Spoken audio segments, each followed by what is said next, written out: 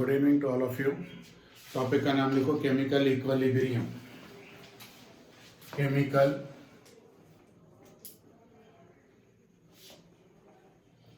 Equilibrium lecture 1/1। Equilibrium लिखो। Branch of chemistry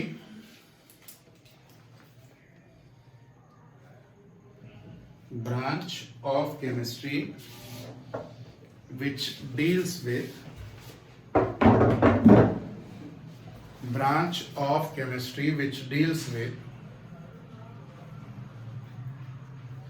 types of equilibrium,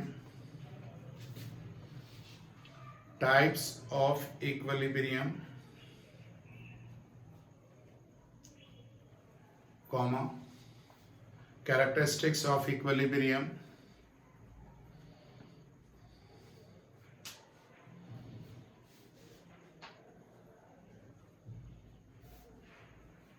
equilibrium constant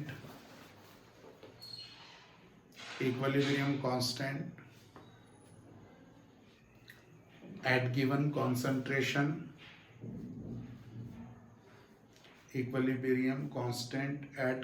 concentration, Kc, इसको लिखा जाएगा Kc, capital K, उसके subscript में C। इसको कहते हैं इक्विलिब्रियम कॉन्सेंट्रेशन है, equilibrium constant eight given concentration. फिर लिखो equilibrium constant eight given pressure Kp, equilibrium constant eight given pressure Kp,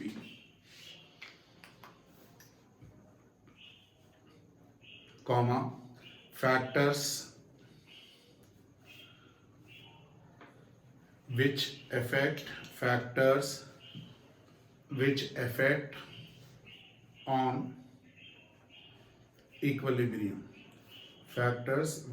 affect on equilibrium, comma, Lee-Chatler principle,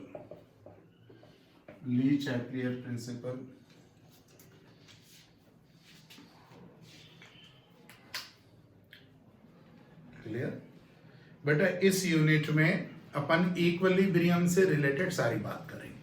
आपके किताबों में इक्विलिब्रियम एक ही यूनिट में लिख दिया गया, मगर एक्चुअल वो इक्विलिब्रियम दो पार्ट में, एक केमिकल इक्विलिब्रियम और एक आयोनिक। आप अगर अच्छे रेफरेंस की बुक्स देखोगे तो उसमें ये दो यूनिट्स में कवर होता है। एक का नाम क्या है? केमिकल, और एक का नाम आयोनिक। सॉरी, एक का नाम केमिकल और एक का नाम आयोनिक। दो टाइप का। कितने टाइप का इक्विलिब्रियम? एक का नाम केमिकल, दूसरे का नाम आयोनिक। ठीक है बेटा, अब देख मेरे पास, मैंने यहाँ ए को रखा, ये रिएक्शन कंप्लीट हुई बी, यानी कि अभी टाइम स्टार्ट नहीं हुआ, टाइम में 0 सेकंड दे रहा हूं।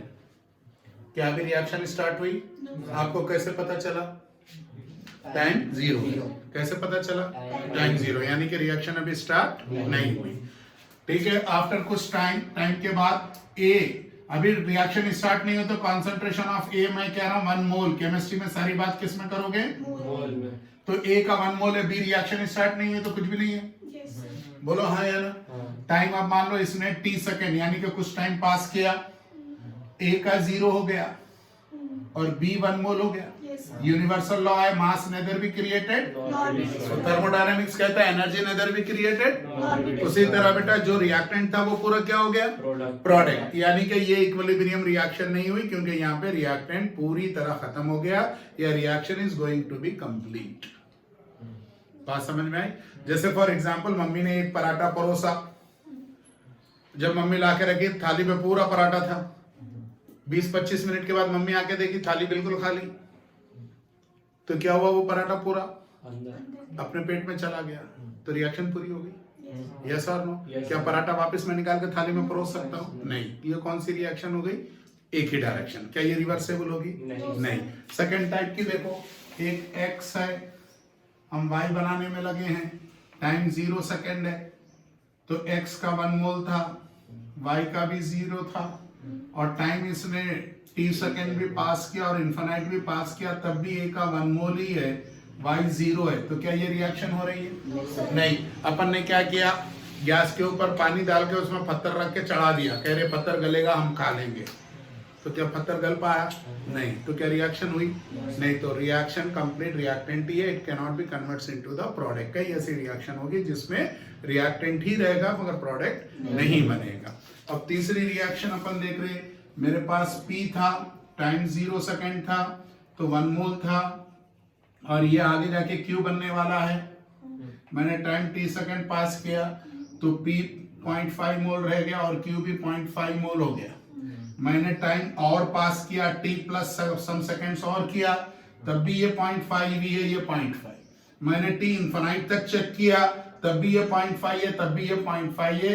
तो मैंने कहा क्या रिएक्शन रुक गई? तो ऐसा नहीं हुआ। क्या देखा जा रहा है कि P कंटिन्यूअसली Q में कन्वर्ट हो रहा है और Q कंटिन्यूअसली P में। इस वाली रिएक्शन को हम कहेंगे इक्विलिब्रियम, और अपना पूरा फोकस अब इस वाली रिएक्शन पर होगा। अब बात समझ में आ रही? क्लियर हो गया? जैसे फॉर एग्जांपल मैं सब्जी ले रहा हूं, टमाटर वाले भैया से 1 किलो टमाटर लिया, तो उसने दोनों कॉमन बैलेंस में देखा, एक तरफ बाट रखा 1 किलो का, एक तरफ टमाटर चढ़ा दिया, बिल्कुल नीडल बीच में आ गई, 1 किलो हो गया। मैंने एक और एक्स्ट्रा बढ़ा दिया, उन्होंने एक और निकाल लिया, मैंने फिर बढ़ा दिया, फिर उन्होंने निकाल लिया, तो इक्विलिब्रियम हो रहा। उसी तरह हमें लग रहा है कि रिएक्शन रुक गई, क्या ये रुकी हुई है? नहीं। रिएक्टेंट किस में कन्वर्ट हो रही और प्रोडक्ट वापस किस में कन्वर्ट हो रहा है, और दोनों का कॉन्सेंट्रेशन। इसका मतलब क्या हो गया?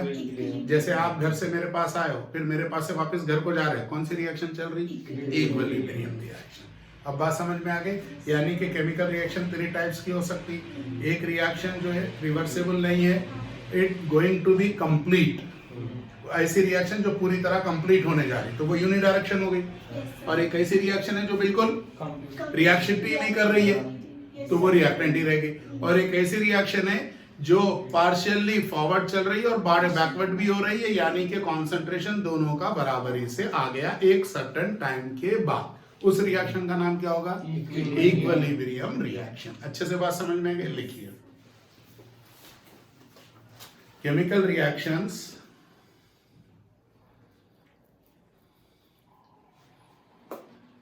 are divided in 3 groups on the basis of their reactivity. Chemical reactions are divided in 3 groups on the basis of their reactivity.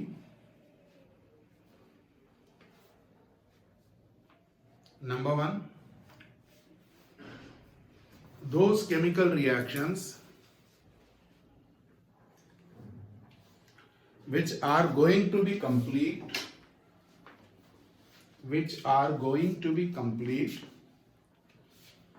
after some time, that is the concentration of reactant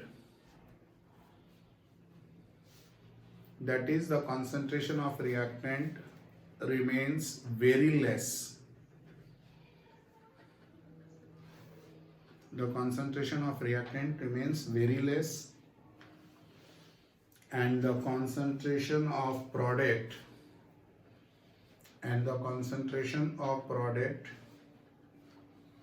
is more compared to the reactant.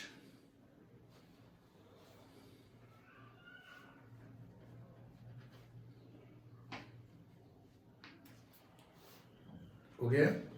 Example ए और B का लिखो, ए और B का example बनाओ। शुरू में time अभी start नहीं हुई रिएक्शन, तो ए का 1 मोल है, बी 0 है।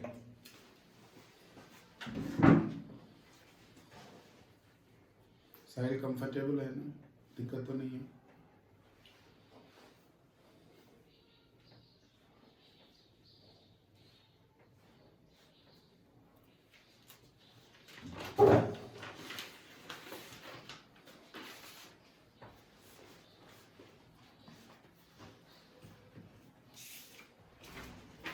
सिर्फ ए वाली रिएक्शन लिखेंगे। लिख लिया बेटा? Next, second type, those chemical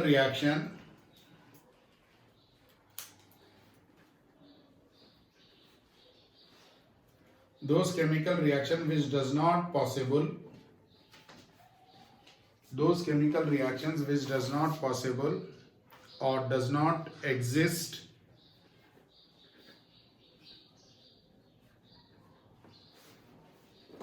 in a given set of conditions.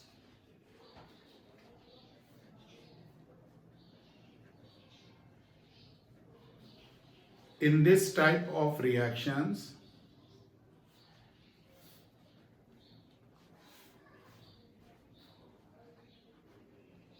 the concentration of reactant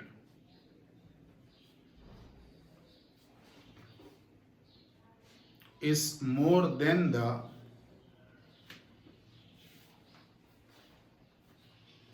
concentration of product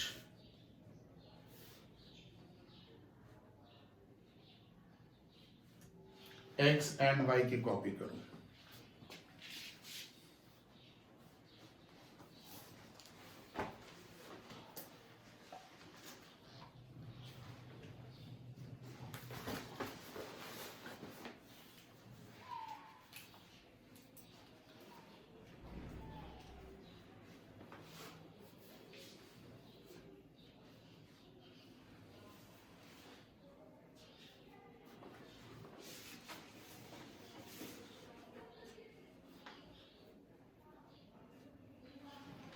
हो गया बेटा.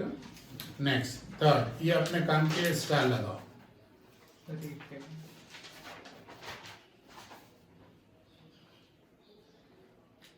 It is a type of chemical reaction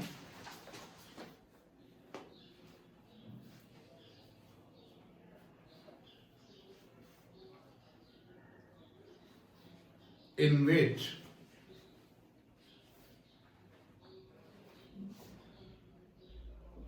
the formation of product का बनना, क्या बोलेंगे इसको? formation of product and dissociation of product. क्या मतलब इसका? प्रोडक्ट का टूटना. the formation of product and dissociation of product are same and the concentration क्या रहेगा बेटा reactant और product का? सेम रहेगा. ठीक है ना. and the concentration of reactant and product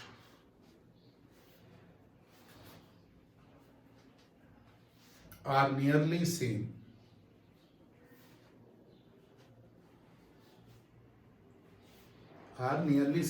अब आप मुझे बताओ, प्रोडक्ट अगर बन रहा तो रिएक्शन फॉरवर्ड चल रही है backward?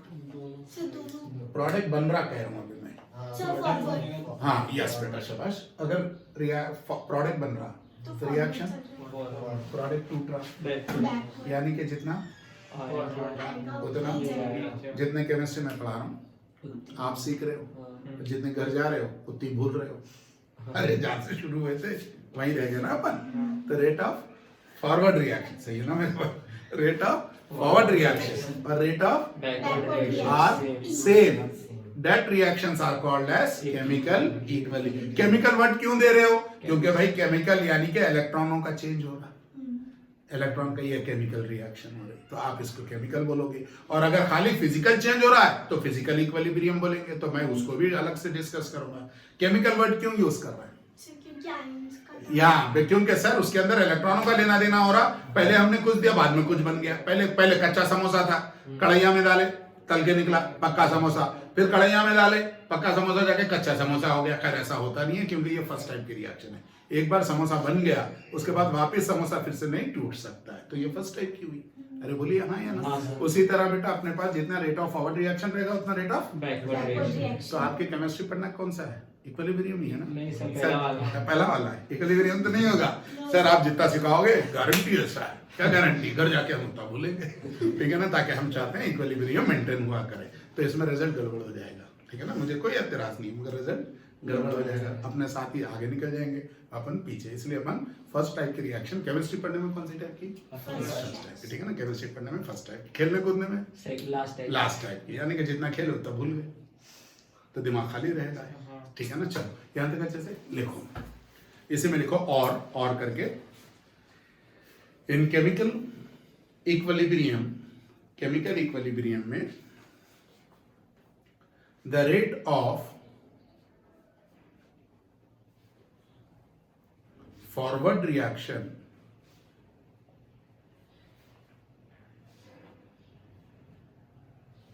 is equal to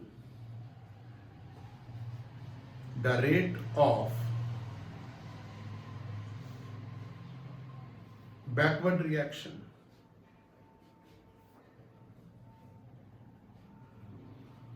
Clear? Example ये बनाना P and Q वाला.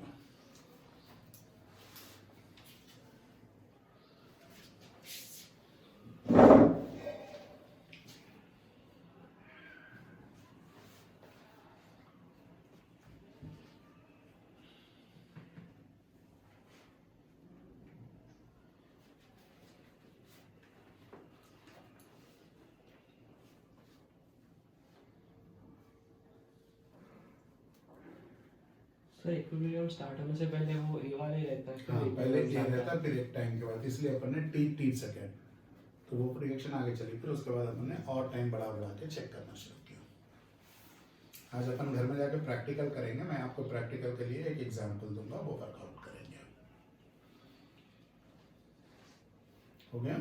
सर 0 सेकंड के बाद क्या है? 0 सेकेंड के बाद 1 मोल है। नहीं सर, नीचे उसके नीचे टाइम t सेकेंड पास किया, यानी 10 मिनट, 15 मिनट, 1 घंटा, 2 घंटे, उसको अपन t सेकंड में, नीचे हमने t सेकंड में और t टाइम ऐड किया। हो गया याद है? नेक्स्ट देखो, equilibrium is of 2 type. Equilibrium 2 type का है, number 1 physical, number 2 chemical. Equilibrium is of 2 type, 2 तरह का इक्विलिब्रियम, एक है फिजिकल और एक है केमिकल। लिखिए, इक्विलिब्रियम इज ऑफ 2 टाइप, 2 तरह का इक्विलिब्रियम बेटा।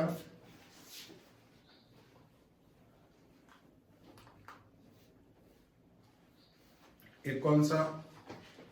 फिजिकल। दूसरा कौन सा? Chemical.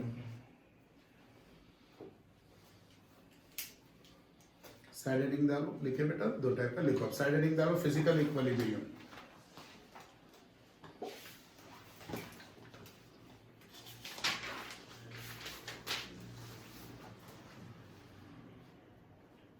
The process attained the equilibrium. Sir पहले फिजिकली, हाँ फिजिकल, पहले फिजिकल देखेंगे बहुत थोड़ा सा, फिर बाद में केमिकल बहुत कुछ पढ़ना है। Physical equilibrium, the process attend the equilibrium, The process attained the equilibrium by change in, highlight करके लिखो, अलग कलर से लिखो, बाय चेंज इन ओनली। बेटा कलर पेन्स लाया करोगे 2-3, मैं जो हाईलाइट बोलूंगा वो अभी नहीं है तो कैपिटल लेटर्स कर लेना, पूरा capital. Only, by change in only physical state, ये तीनों वर्ड हाईलाइट में जाएंगे।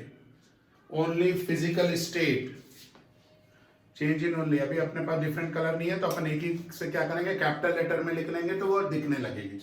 By change in only physical state, STATE वाला, clear? That is, there is no change in a chemical composition. That is, there is no change in a chemical composition.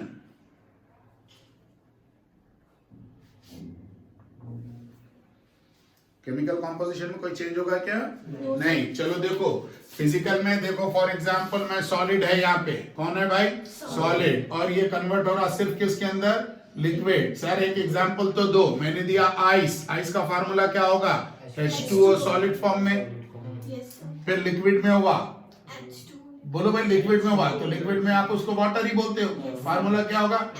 मगर किस face में होगा?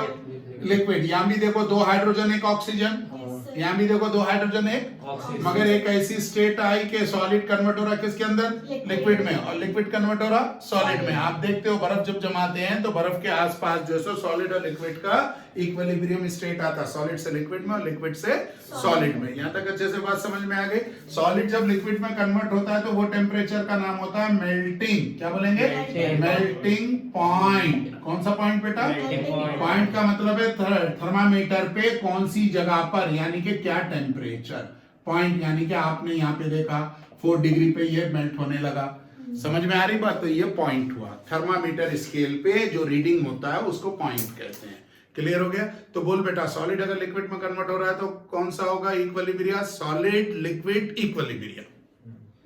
क्या होगा, मतलब वो टाइम के रिस्पेक्ट में वो वापस सॉलिड कैसे बन रहा है? बेटा आप टेम्परेचर यहाँ पे क्या कर रहे हैं, टेम्परेचर चेंज कर रहे हैं, इसलिए यहाँ पे लिख दिया मेल्टिंग पॉइंट। नहीं तो सर फिर वो वापस सॉलिड कैसे बन रहा है? तो आप 4 डिग्री से कम टेम्परेचर करोगे तो Solid सॉलिड हो बन जाएगा। 4 डिग्री से ज्यादा करोगे तो वो अपन को टेम्परेचर ऊपर हाँ टाइम, यहाँ पे आप यहाँ पे जैसे टाइम क्रॉस कर रहे थे, ये केमिकल रिएक्शन थी, फिजिकल में, इसलिए यहाँ पे वो पॉइंट लिखा है। बेटा सॉलिड से लिक्विड, लिक्विड से गैस जाने के लिए आप टाइम घड़ी के कांटे को आगे बढ़ाते हुए नहीं देखोगे, आप थर्मामीटर के ऊपर जो रीडिंग चल रही है उसको कम ज्यादा करने लगोगे, इसलिए ये पॉइंट लिखा। कौन सा पॉइंट, मेल्टिंग। क्लियर हो गया। अब देखो मैंने पानी लिक्विड लिया, H2O लिक्विड है, बोलो भाई हाँ या ना। Yes, sir. मैंने इसको गर्म कर दिया 100 डिग्री सेंटीग्रेड, तो ये H2O क्या हो गया, गैस बन गया। कितने डिग्री पर, 100 डिग्री। तो ये भी कौन सा हो गया, बॉइलिंग पॉइंट। कौन सा पॉइंट हो गया, Boiling. यानी कि liquid converts into Gas. Gas converts into, Liquid. तो ये कौन सा हो गया, लिक्विड गैस फिजिकल इक्विलिब्रियम। पहला कौन सा था, दूसरा कौन सा हुआ, तीसरा सीधे से सॉलिड से गैस, सॉलिड से गैस। जैसे आयोडीन सॉलिड है तो सीधे आयोडीन किस में जाएगा, गैस में। उसी तरह पूजा करने के लिए अगर अपन कैंफर लेते हैं, कपूर के लेते हैं, वो सॉलिड सीधे किस में कन्वर्ट हो रहा है, गैस में। उसी तरह आजकल पार्टियों में आप लोग जाते हो, वहां पे आपको मिलता है नाइट्रोजन वाला सॉलिड CO2 देते हैं, वो सॉलिड CO2 रहती है। जब सॉलिड CO2 या नाइट्रोजन आपके बीकर में डालते हैं तो वहां पे आग लगती है और वो धुआं सा उड़ता है, उड़ने के बाद वो सीधे गैस में कन्वर्ट होता है। हाँ सर वो सॉलिड से गैस में तो जाएगी, पर गैस से सॉलिड में कैसे? आप ठंडा करेंगे, टेम्परेचर कम कर देंगे तो वापस गैस से ये सॉलिड में कन्वर्ट होता है, तभी तो इक्विलिब्रिया है। गैस लिक्विड स्टेट में आएगी नहीं, जैसे ही आप टेम्परेचर कम करोगे तो सीधे वापस आएगा। इसको कहते हैं वेपर प्रेशर, या खाली आप प्रेशर पे काम कर सकते हैं इसको, किस पर, प्रेशर पे। सॉलिड सीधे किस में कन्वर्ट, गैस, और गैस डायरेक्ट किस में आएगा, सॉलिड में।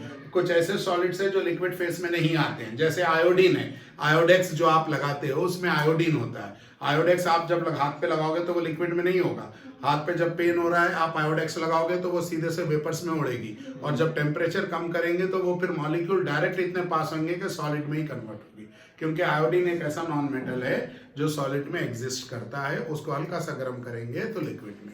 उसी तरह कैम्फर भी है। यहाँ तक अच्छे से कितने टाइप के फिजिकल इक्विलिब्रिया हो गए, 3। बोलो एक का नाम, लिक्विड से, स्टेप बाय स्टेप बोलो। एक सॉलिड से लिक्विड, दूसरा लिक्विड से गैस, और तीसरा सॉलिड से गैस। हो गया, 3 याद हो गया बेटा। एक क्या है, सॉलिड, दूसरा लिक्विड से गैस, और तीसरा गैस, सॉलिड से गैस। यानी कि अपन एक ट्रायंगल खींच दिया, ये ट्रायंगल खींच दिया अपन ने, तो ये सॉलिड था, ये लिक्विड था, ये गैस था।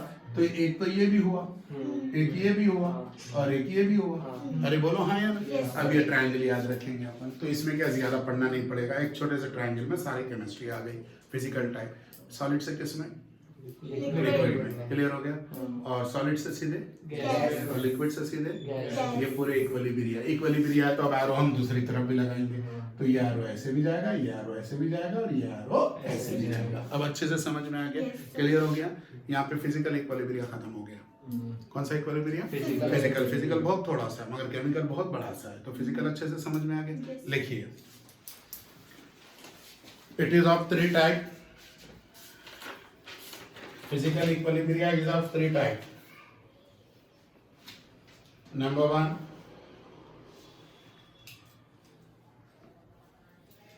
solid liquid equilibria.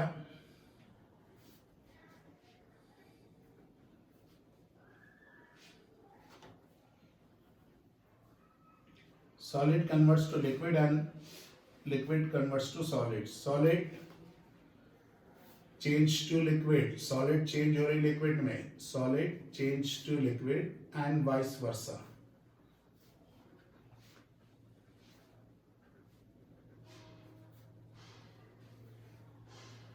ठीक है, नेक्स्ट पॉइंट लिखो, solid converts to liquid and vice versa, पहला लिख लिए.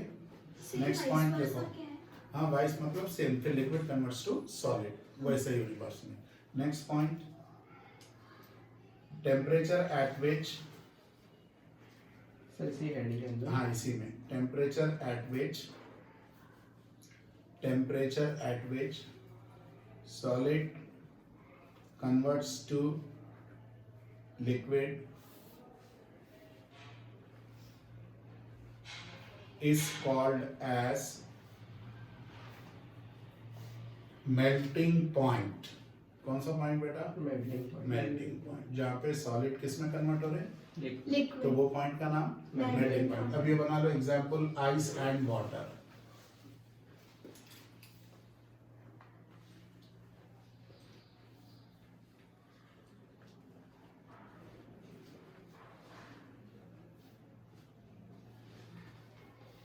ये वाली reaction,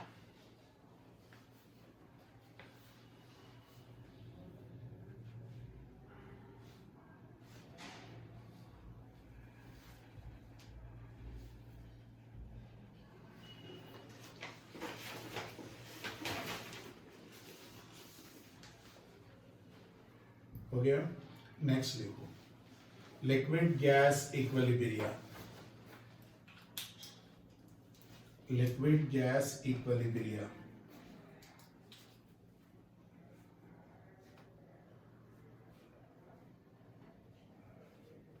It's depend upon the vapor pressure.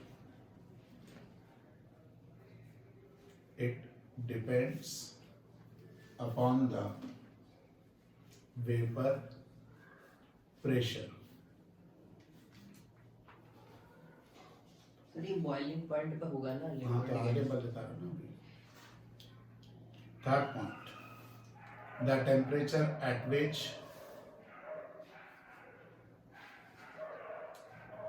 The vapour pressure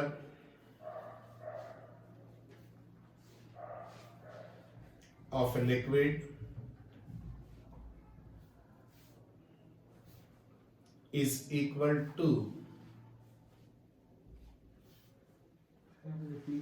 the temperature at which the vapor pressure of a liquid equal to atmospheric pressure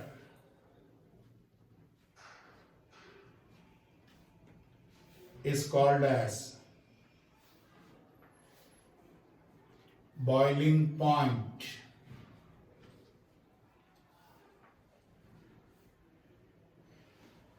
हो गया. चलो अब ये रिएक्शन देखो, पानी 100 डिग्री पर भाप बन जाता है.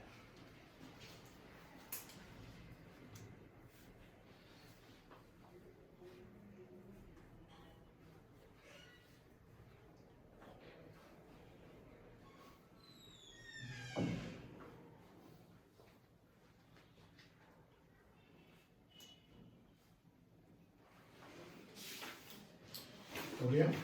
Next third, solid gas equilibria.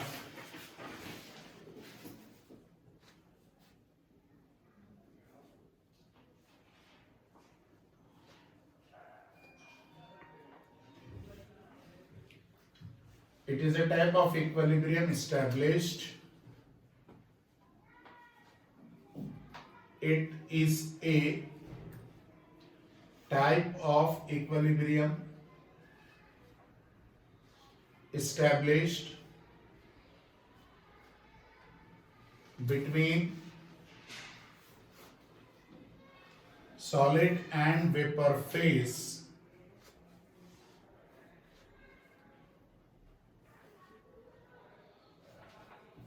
example camphor, iodine,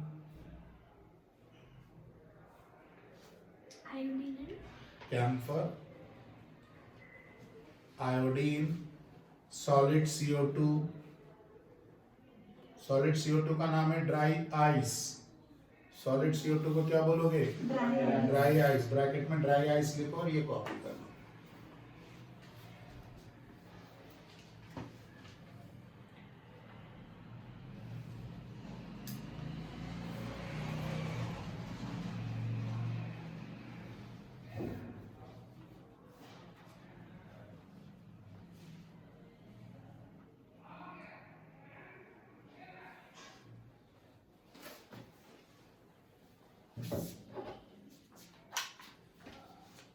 आगे अच्छे से, कोई डाउट? क्लियर है सबको? ठीक है, अपन ने कौन सा इक्विलिब्रियम भी देख लिया? फिजिकल फिजिकल इक्विलिब्रियम देख लिया। और इक्विलिब्रियम दोनों तरफ से आ सकता है, ये भी देखेंगे अभी। इक्विलिब्रियम क्या होता है? अपसाइड हेडिंग डालो केमिकल इक्विलिब्रियम। केमिकल इक्विलिब्रियम बताओ क्या फिजिकल कंपोजिशन, फिजिकल इक्विलिब्रियम में कंपोजिशन चेंज हो रही थी? नहीं।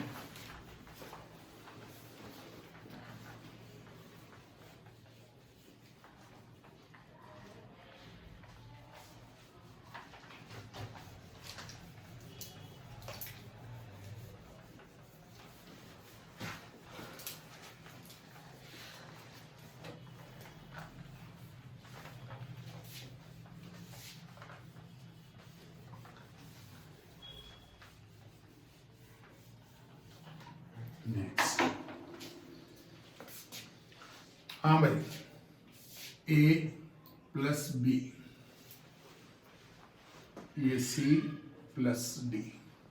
मैं ये कह रहा हूं ये केमिकल इक्विलिब्रियम है। कौन सा इक्विलिब्रियम है? तो बोलो यहाँ रिएक्टेंट कौन है? यहाँ और यहाँ पर प्रोडक्ट C&D तो सेम है कि डिफरेंट है? डिफरेंट यानी केमिकल कंपोजिशन चेंज हो रहा है। फॉर एग्जाम्पल यहाँ देखो कौन है, H2 यहाँ देखो कौन है, आयोडीन अब देखो यहाँ पर कौन है। 2HI तो क्या जो कैरेक्टर इसका होगा वही कैरेक्टर इसका होगा? नहीं जो कैरेक्टर इसका होगा वही नहीं, यानी कि ये कैरेक्टर्स डिफरेंट होंगे। इसको हम नाम देंगे केमिकल इक्विलिब्रियम। कौन सा इक्विलिब्रियम? Chemical. लिखिए केमिकल इक्विलिब्रियम में it is a type of equilibrium, it is a type of equilibrium in which the chemical composition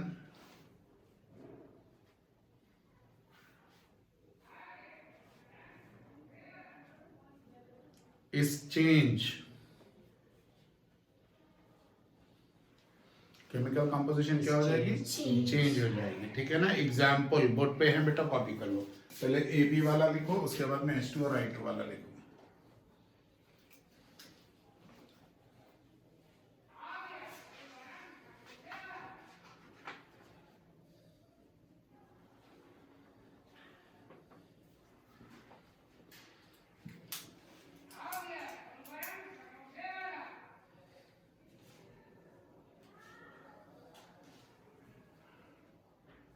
हो गया? चलो अब बताओ, ये A मैंने इधर लिखा, B इधर लिखा, तो A क्या है? वो रिएक्टेंट रिएक्टेंट। और B क्या है? Product। तो बेटा A का जो रिएक्टेंट का आप अमाउंट बताओगे वो कॉन्सेंट्रेशन बोलेंगे। क्या बोलेंगे? और कॉन्सेंट्रेशन कॉन्सेंट्रेशन आप लेंगे मोल्स पर लीटर। यूनिट क्या होगी? मोल्स पर यहाँ भी B का भी क्या बताओगे आप? कंसंट्रेशन तो क्या लोगे? Moles per litre. क्लियर है? और कॉन्सेंट्रेशन नहीं, हम इसका प्रेशर बताना चाह रहे हैं। क्या बताना चाह रहे हैं? Pressure। तो आप यूनिट क्या लेंगे? Atmospheric pressure. ATM का मतलब, एटमॉस्फेरिक और यहाँ भी क्या लिखेंगे?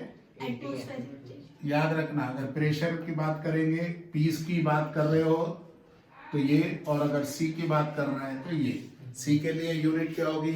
मोल्स पर लीटर याद हो गया? बोलो C के लिए यूनिट। मोल्स पर फिर से बोलो, मोल्स पर फिर से बोलो। मोल्स पर और प्रेशर के लिए यूनिट, प्रेशर के लिए यूनिट, प्रेशर के लिए यूनिट। कॉपी करो पूरा ये।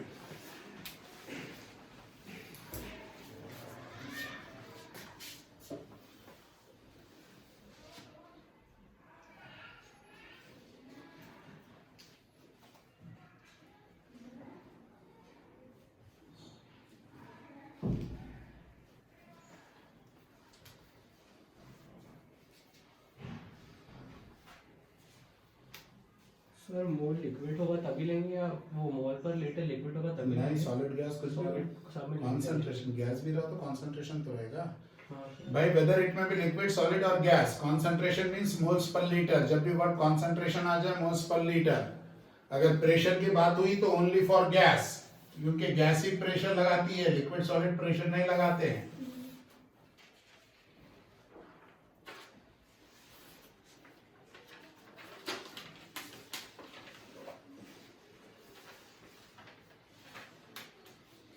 क्लियर चलिए लिख लिए पूरा नेक्स्ट सेटिंग डालो कैरेक्टरिस्टिक्स ऑफ इक्विलिब्रियम इक्विलिब्रियम के कैरेक्टर्स ये अक्सर बोर्ड में एग्जाम में स्कूल के एग्जाम में आ जाते हैं right the general characteristics for equilibrium इसको याद रखना है अच्छे से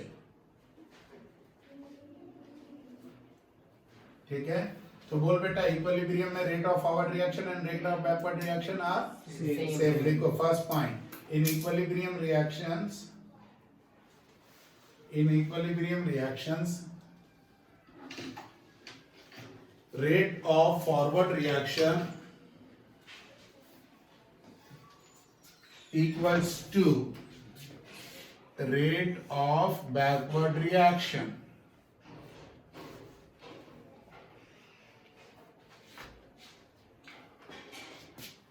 in equilibrium reactions rate of forward reaction equals to rate of backward reaction क्या पहली बात याद हो गई क्या है बेटा बोलो इक्विलिब्रियम में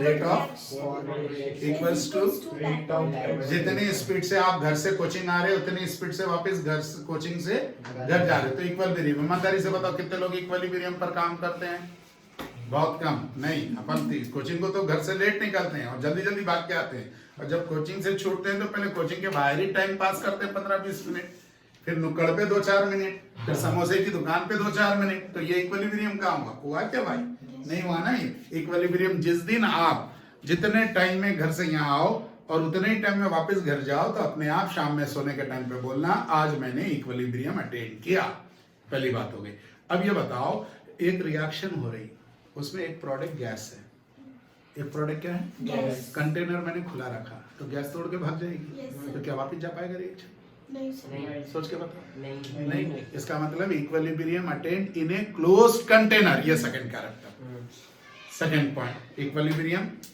सर वो तो सिर्फ गैस के लिए हुआ ना नहीं क्या और गैस के लिए क्या क्लोज कंटेनर होना से सारी रिएक्शन गैस में ही करती है कोई भी लिक्विड और सॉलिड में रिएक्शन नहीं होती सिर्फ फोटो इलेक्ट्रिक इफेक्ट सॉलिड में होता है लिखो equilibrium is attained in a closed container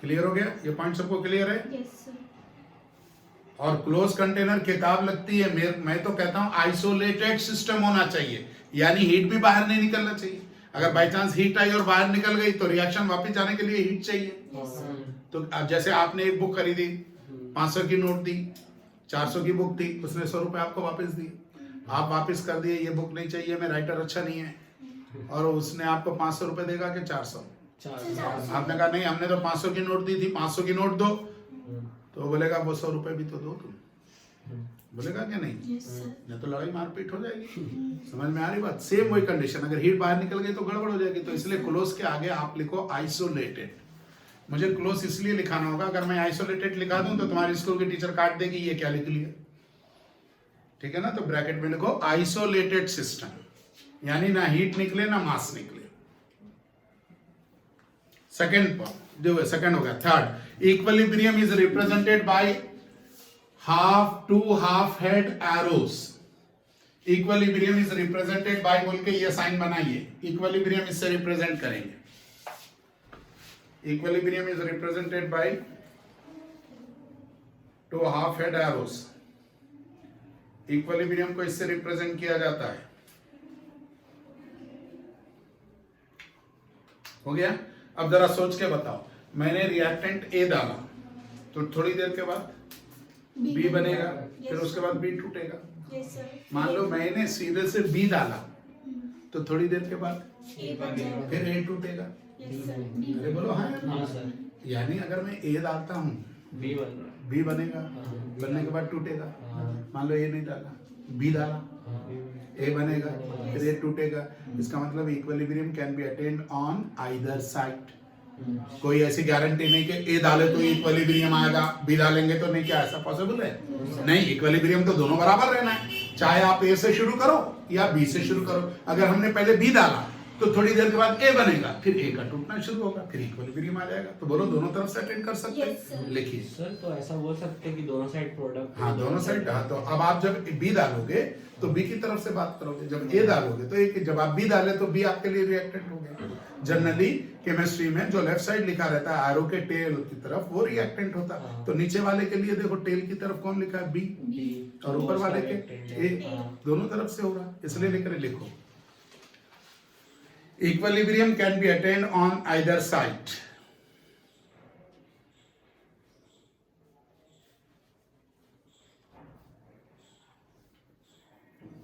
equilibrium can be attend on either side. Equilibrium को आप दोनों में से किसी भी एक साइड से अटेंड कर सकते हैं। Equilibrium can be attend on either side. अरे बेटा ये हो गया, बोलो ये बात कंफर्म है, कोई डाउट तो नहीं है? अब बताओ इक्विलिब्रियम चल रहा, तो मान लो पीले कलर अटेंड किया, येलो कलर, तो इक्विलिब्रियम में येलो कलर आने दो। मैंने अगर उसमें कलर चेंज करने की कोशिश करी, येलो कलर की जगह रेड कलर कर दिया, तो क्या वो इक्विलिब्रियम हुआ? No, sir. क्यों? मैंने खुराफात कर दी, मैंने बाहर से कुछ मिला दिया तो खुराफात कर दी। तो क्या मुझे बाहर से कोई चीज ऐड करनी चाहिए? नहीं। तो लिखिए next, at equilibrium external factors does not affect. Equilibrium पर external factors, at equilibrium the external factors does not affect. Sir अगर आप डालेंगे रेड कलर तो उस पर इफेक्ट नहीं होगा कुछ? नहीं, इक्विलिब्रियम अगर है तो आप जो डाले वो अब इक्विलिब्रियम नहीं है, फिर वो अपने आप को डिस्टर्ब कर लेगा। तो इसलिए एक्सटर्नल कोई भी फैक्टर आपको उसमें ऐड नहीं करना है। सर फिर डस इफेक्ट हो जाएगा ना वो? हाँ, डस इफेक्ट हो जाएगा ना? इक्विलिब्रियम की बात कर रहा हूँ। हाँ, तो वो रिएक्शन इक्विलिब्रियम नहीं हुई, आपने फैक्टर मिला दिया, हाँ। तो वो अनइक्विलिब्रियम होगा, फिर किसी एक डायरेक्शन में चलना शुरू हो जाएगा। Eight equilibrium external factors does not affect. अगर इक्विलिब्रियम है, आप अगर बाहर से रेड कलर भी मिला रहे हो तो वो उसमें रेस्पॉन्स ही नहीं होने देगा। क्लियर हो गया? इक्विलिब्रियम में कोई भी बाहर की चीज इफेक्ट नहीं होगी एक्सेप्ट द टेम्परेचर। टेम्परेचर एक इफेक्ट करेगा, except the temperature. At equilibrium, external factors does not affect except the temperature ऊपर नीचे होना। हाँ, टेम्परेचर अगर आप करोगे तो गड़बड़ हो सकती है। ओके बेटा, यहाँ तक। अच्छा, कैटलिस्ट के बारे में जानते हो? What is catalyst? जो प्रोसेस एक ऐसा सब्सटेंस है जो रेट ऑफ रिएक्शन को कंट्रोल कर। बिल्कुल सही है। अब मैंने इक्विलिब्रियम में कैटलिस्ट डाला, पहले इक्विलिब्रियम 1 घंटे में हो रहा था, यानी कि बी का बनना 1 घंटा ले रहा था। अब कैटलिस्ट डाला तो 10 मिनट में बन रहा होगा, तो पहले 1 घंटे के बाद बी टूट रहा था होगा, अब जल्दी टूटेगा।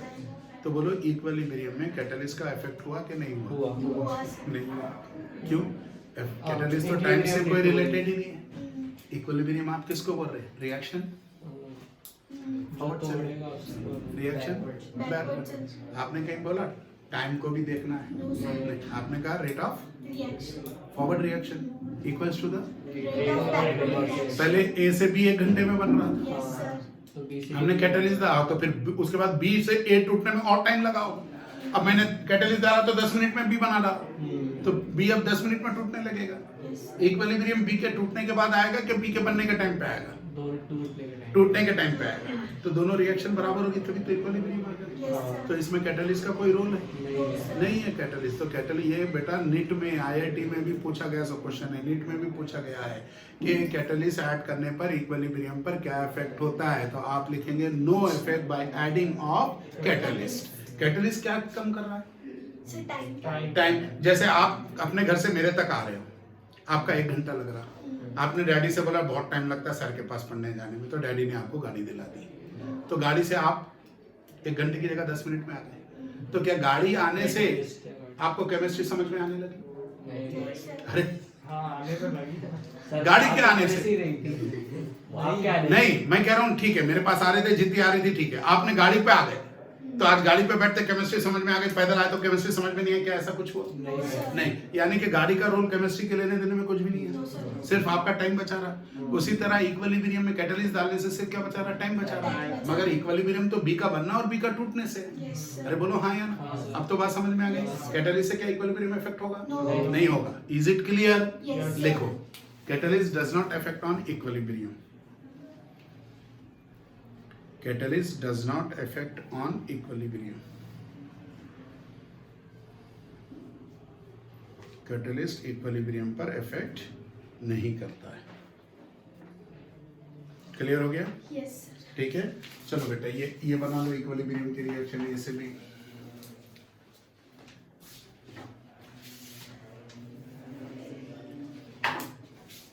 हो गया? लिख है? चलो अब बोर्ड पर देखो, मैं इसको ग्राफिकल रिप्रेजेंटेशन कर रहा हूं। कैरेक्टर्स हो गए, बोर्ड में आया इक्विलिब्रियम, तो ये लिखना। और अगर उन्होंने कहा इक्विलिब्रियम कांस्टेंट के कैरेक्टर लिखो तो वो अलग है, वो अलग लिखाई जाएंगे। क्वेश्चन अच्छे से पढ़ना। Right the general characteristic for equilibrium, तो ये पॉइंट्स लिखो। और उन्होंने कहा right the general character for equilibrium constant, तो उसके अलग लिखेंगे। अब आओ, ए कौन है आपके पास बताओ? अभी बताओ, अभी रिएक्शन मैं ले रहा हूं, तो रिएक्टेंट यहाँ पे मैंने कॉन्सेंट्रेशन रखा, यहाँ पे रिएक्शन कोऑर्डिनेट्स रख रहा हूँ, तो अभी तो ए बहुत सारा होगा, हाँ या ना? तो ए का पॉइंट ऊपर जाएगा और बी का पॉइंट कुछ भी नहीं है। टाइम के साथ साथ ए कम होने लगेगा। अरे ए का कॉन्सेंट्रेशन और टाइम के साथ साथ बी का बढ़ने लगेगा। तो ये वो फेस है जहाँ तुम इक्विलिब्रियम अटेंड करोगे। इसको अब सही ग्राफ अगर हम बनाना चाहे तो वो ऐसा होगा, ए टाइम के साथ साथ इधर चला, बी टाइम के साथ साथ इधर चला, और ये इक्विलिब्रियम आ गया, और जहाँ पे दोनों का कॉन्सेंट्रेशन इक्विलिब्रियम अटेंड किया। ये ए है, ये बी है, ये कॉन्सेंट्रेशन है, और ये रिएक्शन कोऑर्डिनेट्स है।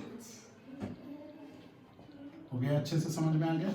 क्लियर है? आप खुद बताओ, टाइम के साथ साथ ए क्या हो रहा और टाइम के साथ साथ बी, तो ये टाइम के साथ ए कम हुआ तो इतना भी बढ़ा, फिर ए और कम हुआ तो इतना भी बढ़ा, फिर ए को खाली देख रहे हैं, बी को छुपा दिए तो ये तो जाता जा रहा है, और खाली बी को देख रहे हैं, ए को नहीं तो बी भी बढ़ रहा।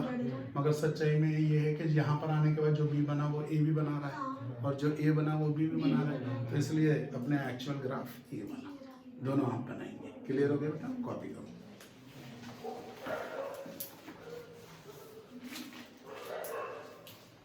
सर हेडिंग क्या थी इसका? Graphical representation of equilibrium reaction. Graphical representation of equilibrium reaction.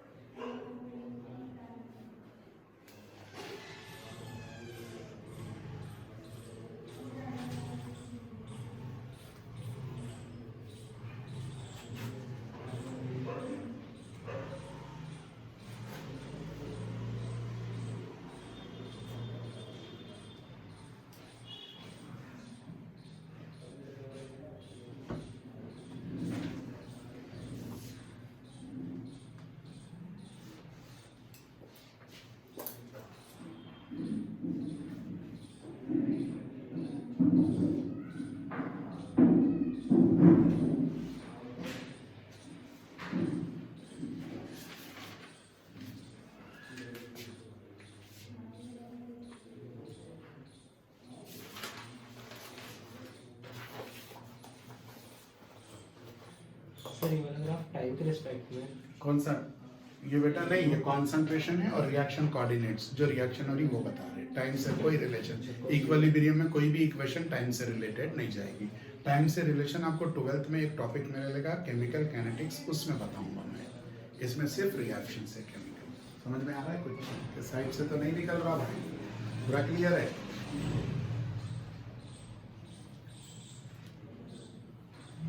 हो गया यहाँ तक? क्लियर है सबको? यस। आज घर में एक एक्सपेरिमेंट करेंगे। एक गिलास में दूध लेके 2 चम्मच शक्कर घोल दो, फिर दूध में देखो नीचे जमी तो नहीं है शक्कर, इतनी घोलना कि नीचे जो डिपॉजिट नहीं होना चाहिए। फिर वो दूध को दूसरे गिलास में बदल दो, बदलने के बाद उसमें तुम और 1 चम्मच मिलाओ, तो जब तुम 1 चम्मच मिलाओगे तो नीचे जमा होने लगेगी। बोलो हाँ या ना? Yes. क्यों? Security. ज्यादा हो रही है। सच तो हमने जो मिलाई शक्कर वो जाके नीचे जमा कभी नहीं होगी। हम जो शक्कर मिलाते हैं वो दूध में डिसॉल्व होगी, Yes. और जो दूध में पहले से डिसॉल्व है वो नीचे जमा होगी। जैसे ये क्लासरूम का अंदाजा करो, ये एक गेट है, ये एक गेट है, क्लास में बच्चे आके भर गए, अब फिर वहां से बच्चे और ऐड हो रहे हैं, तो यहाँ से बच्चे बाहर निकल रहे हैं, तो ये इक्विलिब्रियम हो गया। अब तुम फिर 2 चम्मच मिलाओ तो नीचे तुम्हें 2 ही चम्मच मिलेगी, तो इक्विलिब्रियम। कुछ तो सॉल्ट डिसॉल्व हो रही और कुछ वहां से बाहर। अरे अब समझ में आ गया? Yes, sir. ये तो देखा ही होगा ना, कई बार अपन दूध में हिरस के मारे ज्यादा शक्कर डाल लेते हैं, अक्सर होता है।